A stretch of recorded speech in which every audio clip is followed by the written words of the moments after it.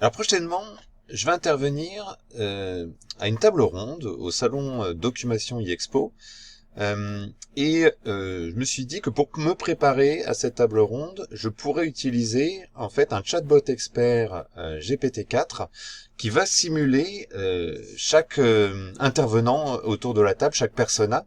Alors le contexte de cette table ronde, c'est, je pense que vous le savez, mais les plusieurs groupes de presse français comme Le Monde, Le Figaro, Les Échos, Le Parisien ont dénoncé assez récemment un mandat qui les liait au Centre français d'exploitation du droit de copie, le CFC, euh, pour les plateformes de veille qui ne sont désormais plus habilitées à crawler leur contenu. Donc en fait, l'idée de cette table ronde, en fait, qui va être animée par le Groupement français des industries de l'information, le GF2I, au salon Documation e-Expo, ce sera d'imaginer de nouveaux modèles économiques et de discuter avec. Alors, il y aura un représentant des groupes de presse, naturellement. Il y aura aussi un représentant du Centre français d'exploitation du droit de copie, un représentant des éditeurs de plateformes de veille, et moi j'essaierai de représenter au mieux la profession de veilleur. Et donc l'idée de ce chatbot expert, c'est de simuler finalement cette table ronde avec des personas pour chacun. Et donc ce que j'ai fait, c'est que j'ai récupéré les prises de position publiques des uns et des autres pour constituer des petits corpus textuels qui alimente ce chatbot expert de façon à ce qu'ils connaissent au mieux et qu'ils soient le plus fidèles possible aux positions des uns et des autres et pour simuler finalement cette conversation. D'accord, nous pouvons commencer la simulation. Philippe, en tant que modérateur, peux-tu lancer la discussion en rappelant le contexte et les enjeux de cette table ronde? Bonjour à tous et merci d'être ici. Aujourd'hui, nous abordons un sujet crucial, la veille et l'intelligence artificielle.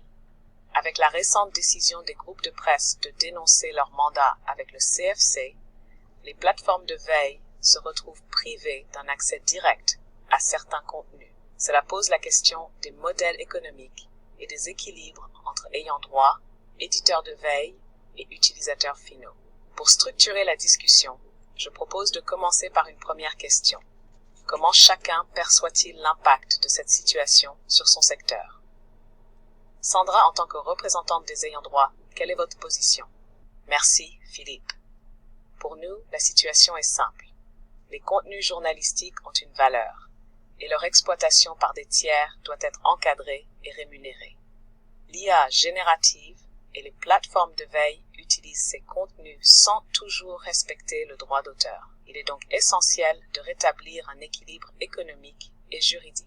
Nous avons vu avec les moteurs de recherche que des accords étaient possibles, mais avec l'IA, le problème est encore plus complexe. Si nous ne posons pas de règles claires, nous risquons une dilution totale de la valeur des médias. C'est pourquoi nous soutenons un cadre basé sur des licences et une gestion collective des droits, comme nous le faisons déjà avec certaines plateformes. Bertrand, du côté des éditeurs de presse, partagez-vous cette analyse? Oui, totalement. Nous avons déjà vécu une situation similaire avec les moteurs de recherche et les réseaux sociaux. Mais avec l'IA générative, le problème est encore plus grave. Nos contenus ne sont pas seulement référencés, ils sont aspirés, remixés et restitués sans mention de la source. Cela met en danger notre modèle économique et par extension, la pluralité de l'information. Nous avons mis en place des opt-out, mais nous constatons que certaines technologies continuent de crawler nos sites sans autorisation. Nous demandons donc un strict respect et des accords de licence avant toute utilisation de nos contenus.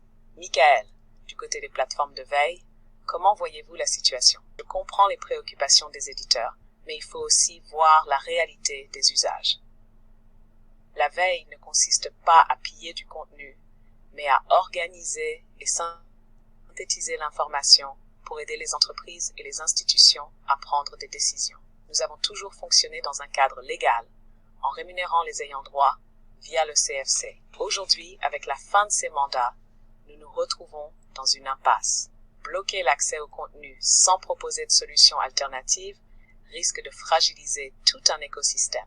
Plutôt que de s'opposer frontalement, Il faut trouver de nouveaux modèles qui garantissent à la fois la rémunération des éditeurs et la continuité des services de veille. Mathieu, en tant que veilleur, comment perçois-tu cette évolution? Eh bien, nous, c'est vrai que historiquement, on a eu tendance à utiliser le modèle assez libre du flux RSS pour surveiller les sources. Et lorsqu'on a rencontré des limites, c'est-à-dire pour toutes les sources pour lesquelles les flux RSS n'étaient pas suffisants ou n'étaient pas existants tout simplement, en fait, on a eu besoin de crawler, mais il s'agit de crawlers qui ne visent qu'à automatiser notre travail de surveillance. Il ne s'agit pas de crawlers qui viennent piller les contenus pour nourrir des modèles de langage. Donc en fait, je pense qu'il faut bien distinguer effectivement l'usage qui est le nôtre, qui est un usage de surveillance de nombreuses sources et qui nécessite une automatisation pour des raisons de coût. Et donc en fait, nous on souhaite pouvoir continuer à surveiller ces sources, d'ailleurs auxquelles on est généralement abonné, dans une optique vraiment d'efficience. C'est un point important. Vous n'êtes pas dans une logique d'exploitation massive des contenus, mais dans une démarche d'optimisation du travail de veille. Cela pose la question des moyens juridiques qui permettraient de différencier ces usages. Sandra, Bertrand, est-ce qu'il y aurait une possibilité de reconnaître ce type d'usage et d'imaginer un cadre qui permette aux veilleurs de continuer leur activité sans menacer la valeur des contenus? C'est une distinction qui mérite d'être explorée, mais elle pose plusieurs défis. L'opt-out que nous avons mis en place vise justement à éviter toute utilisation non autorisée. Et si on commence à faire des exceptions, on risque de compliquer la mise en œuvre. Cela dit, nous ne sommes pas fermés au dialogue. Si des acteurs comme les services de veille ont des besoins spécifiques, il faudrait voir comment structurer un modèle sous licence qui garantisse à la fois l'accès au contenu et une juste rémunération des ayants droit. Bertrand, qu'en penses-tu? Oui, je comprends la différence entre un usage de veille et l'absorption massive de nos contenus par des IA. Mais même dans le cadre de la veille, il y a un vrai enjeu de valeur. Si nos articles sont régulièrement synthétisés et diffusés dans des réseaux professionnels sans retour économique pour nous, cela reste un problème. Je pense que la clé, c'est la traçabilité et la rémunération. Si les veilleurs accèdent au contenu de manière encadrée, avec une forme de licence ou d'abonnement, cela pourrait être envisageable. Mais il faut une garantie que cette utilisation ne court-circuite pas notre modèle économique. Michael, est-ce que les éditeurs de veille sont prêts à explorer ce type de modèle? C'est une piste que nous sommes prêts à explorer, et si des restrictions trop lourdes sont mises en place, cela risque de les pousser vers des solutions alternatives, voire vers des pratiques informelles. Nous sommes tout à fait favorables à un modèle sous licence, mais il doit être adapté aux réalités de la veille. Par exemple, un accès structuré aux articles avec des métadonnées enrichies pourrait être un compromis. Cela permettrait aux veilleurs d'identifier rapidement les informations pertinentes tout en générant du trafic qualifié vers les sites des éditeurs. Mathieu, penses-tu qu'un tel modèle pourrait fonctionner pour les veilleurs?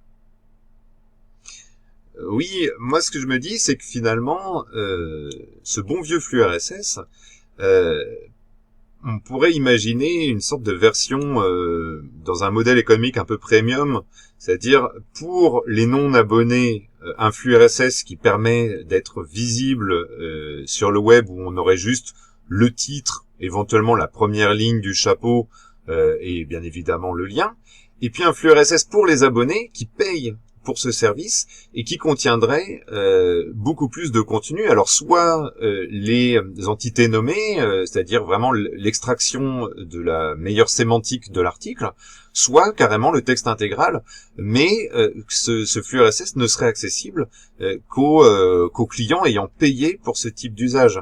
Et là, je trouve que ce serait une manière finalement de permettre aux veilleurs de faire leur travail tout en rétribuant les producteurs de contenu. C'est une proposition intéressante car elle permettrait de concilier visibilité, contrôle des usages et monétisation. On retrouve un peu le modèle de Google Books, où où l'on peut chercher dans le texte intégral sans pour autant y avoir accès librement. Sandra, Bertrand, un flux RSS Premium structuré. De cette manière, pourrait-il répondre à vos attentes en termes de protection et de rémunération des contenus? L'idée est intéressante, surtout si elle permet de garantir une rémunération aux éditeurs. Mais la question clé reste le contrôle. Comment s'assurer que ces flux premium ne soient pas détournés ou utilisés d'une manière qui nuirait à la presse? Il faudrait un cadre contractuel clair, avec des garanties sur la traçabilité des usages et la redistribution équitable des revenus. Oui, et il faudrait aussi que ce modèle ne concurrence pas notre propre offre numérique. Certains médias ont déjà des abonnements premium avec des fonctionnalités similaires. Il ne faudrait pas que ce flux RSS devienne un substitut à nos propres offres. Michael, est-ce que les plateformes de veille seraient prêtes à intégrer un modèle avec des licences adaptées et des garanties de transparence sur l'usage des contenus? Oui, à condition que ces licences soient réalistes et adaptées à nos usages. Les plateformes de veille ne sont pas des concurrents des médias. Elles sont des relais d'information pour des publics spécifiques. Un flux RSS Premium, structuré avec des métadonnées et un accès contrôlé, pourrait être un bon compromis. Mais il faut que le modèle soit flexible. Certaines organisations ont besoin du texte intégral, d'autres seulement des résumés et des analyses sémantiques. Si on arrive à définir plusieurs niveaux d'accès avec une tarification adaptée, ça pourrait fonctionner. Mathieu, penses-tu que les veilleurs et leurs organisations seraient prêts à payer pour ce type de service? Oui, puisque de toute façon, actuellement, on payait déjà les plateformes de veille et dans nos abonnements à ces plateformes de veille, une grande partie consistait à payer les redevances auprès du Centre français pour l'exploitation du droit de copie. Donc c'est déjà en fait la pratique de payer pour pouvoir surveiller de manière plus exhaustive ces contenus qu'en se contentant finalement de ce qui est accessible en open access en fait. Philippe, c'est un point clé. Si les veilleurs ont déjà l'habitude de payer via les plateformes de veille, l'enjeu n'est pas tant de créer une nouvelle dépense, mais plutôt de redéfinir le circuit de rémunération. Sandra, Bertrand, si un tel modèle sous licence était mis en place, avec un accès structuré et une rétribution claire pour les éditeurs, ça pourrait-il être une base de discussion? Oui, à condition que les règles soient bien définies et respectées. Ce qui nous importe, c'est que l'usage des contenus soit encadré et que la rémunération des ayants droit soit assurée. Si ce modèle permet de garantir cela, alors c'est une piste à explorer. Je suis d'accord, mais il faudra aussi veiller à ce que cela ne crée pas un accès détourné à nos contenus. Un modèle sous licence peut fonctionner, mais il doit être complémentaire de nos propres offres d'abonnement et non une alternative qui risque de cannibaliser nos revenus directs. Michael, comment envisagerais-tu la mise en place concrète d'un tel modèle avec les plateformes de veille? Concrètement, il faudrait une approche en plusieurs niveaux.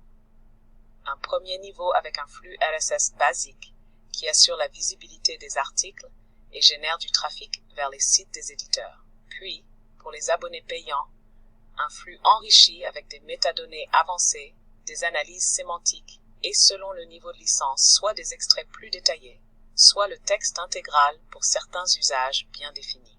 L'idéal serait de construire un cadre contractuel clair avec des règles précises sur ce qui est accessible, comment c'est utilisé et comment la rémunération est répartie, et qu'on pourrait s'inspirer des modèles existants dans d'autres secteurs comme la musique ou les bases de données professionnelles.